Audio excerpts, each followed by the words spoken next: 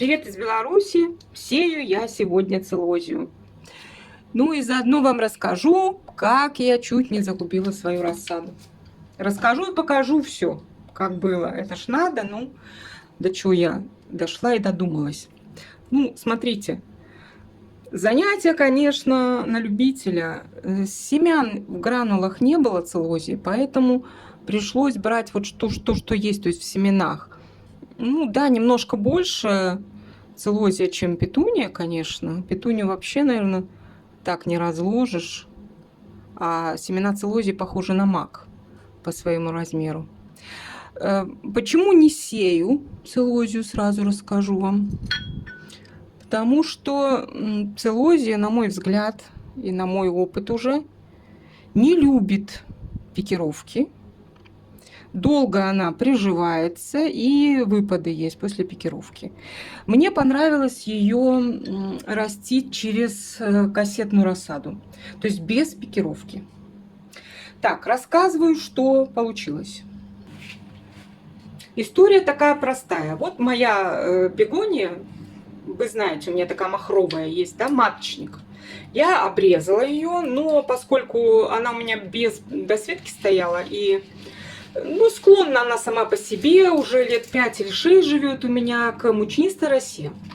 И, значит, пошла мучнистая роса, я думаю, ну как я ее буду черенковать больную, надо же обработать. Я развела тиавиджет, побрызгала, ну и знаете, как это бывает, ну много ж осталось, жаба ж душит, надо же побрызгать еще что-нибудь. Я, значит, давай брызгать рассаду. Думаю, ну, значит, рамулериоз у виолы тоже тиавиджет очень хорошо. Потом думаю, ну, много осталось, надо еще тут побрызгать. В общем, тут я побрызгала, вроде ничего, все стоит зеленое. Несколько листиков у виолы, видите, так желтанулись немножко. Ну, может быть, и рамулериоз где-то и был. Так что подавила его. Тут в общем, все благополучно. Но уже ж когда разбрызгиватель в руке, то не остановишь уже. Да, женщину не остановить. Вот тут у меня бегония, я побрызгала, потом думаю, ну, это ж черенки все надо обработать. Я же их вот привезла, это ж от болезней, давай я все брызгать. Значит, все побрызгала себе. Ага, бегонию уж надо побрызгать обязательно. Ну, а как? Бегония ж тоже склонна к разным болезням, а тут уж в руке все раствор разведенный. Ну и думаю, кто ж тут еще остался у меня? А осталась у меня бедняга вербена. И я же в голове держу тоже, что она склонна, как и виола, к рамулериозу. И думаю, это ж тиавиджет, должно же это все мне помочь. И давай я ее брызганула. Ну и что, видите, повыпадала моя вербена, пожгла я ее. В общем, вот где мало пришлось раствора, видите, какие уже хорошие растеницы. Большие уже листья настоящие лезут. А середина какая? Замученная, страшная. Ну, но это ж еще не все. Они продолжают выпадать. Уже 4 дня прошло. Но самое страшное, вот, сожгла им головы. Видите, ножки только сидят. И таких экземпляров много. Не делайте, как я. Молодые всходы не обрабатывают. Это я вообще уже без головы. Как так можно было? Знаете, что еще спасло мои всходы? Разбрызгиватель, он же не разбирается. У меня вот тут стоит петуния, и она была накрыта пленкой, еще всходила. И вот это спасло мою петунию от того, чтобы я ее тоже не сожгла случайно. Я ее, конечно, брызгать не собиралась, но вы же понимаете, как это бывает, когда хороший такой разбрызгиватель, хороший он, большую площадь покрывает. Вот. Это моя петуния. Первая партия посеяла 29-го, сегодня 7 февраля снимаю. Вот такая, взошла хорошо. Ну, слава богу, я осталась в живых. Вот что новое еще 3 дня назад я посеяла, это Вероника взошла. Хороший такой многолетник. Я купила просто семена в магазине. Вот такой вот пакетик. Ну, от жадности схватила 2, но семян очень много здесь. Вот смотрите, хотя тут сказано, что 0,1 грамма, но очень-очень много семян. Еще посела вот такой котовник, но он еще не взошел. Вероника, кстати, взошла быстрее. Котовник вот в маленькой такой баночке, тут семян не очень много. Ну, тоже можно было и большую взять. Котовник присыпала, но пока не всходит. Не знаю, ничего нету. И села раньше, чем Веронику. Вот. Ну, буду смотреть, если что, покажу вам, если что-то взойдет. Надеюсь, может, просто дольше всходит. Да, хочу показать вам платикодон из своих семян. О, какая красотища. Смотрите, как зашел щеткой просто. И уже так и нарос хорошо. И хочу сказать, что 2 настоящих листа. Да, платикодон тоже не очень любит пикировку.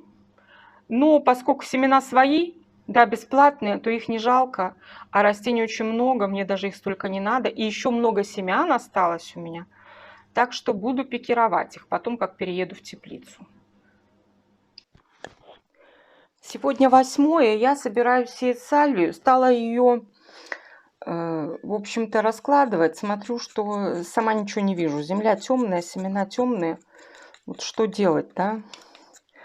Ну, к счастью, так сказать, сальвия из тех как раз-таки растений, у которых семена хорошо окрашиваются. Они, вот бывают семена с такой очень гладкой оболочкой, темные тоже. Вот они вообще мел никак не набирают и не окрашиваются. Ну, сальвия, как видите, вот стала окрашиваться, да?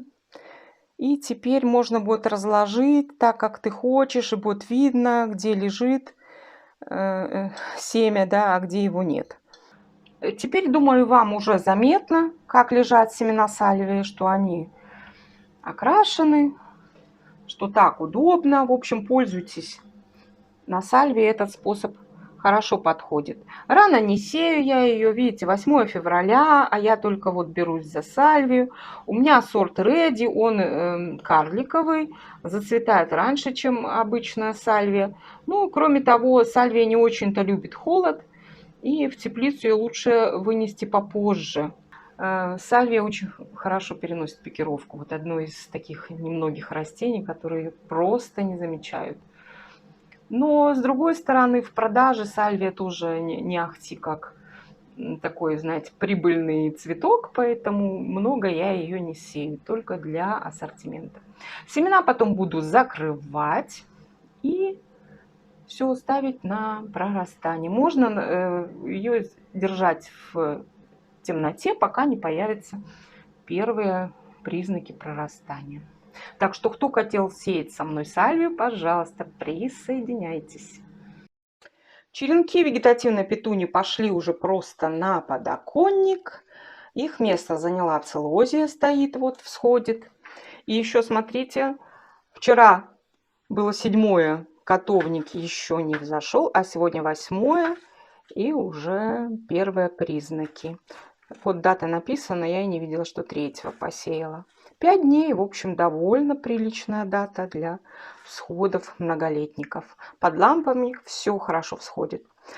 Ну, у меня на сегодня все, пора прощаться. До свидания, надеюсь, до скорого.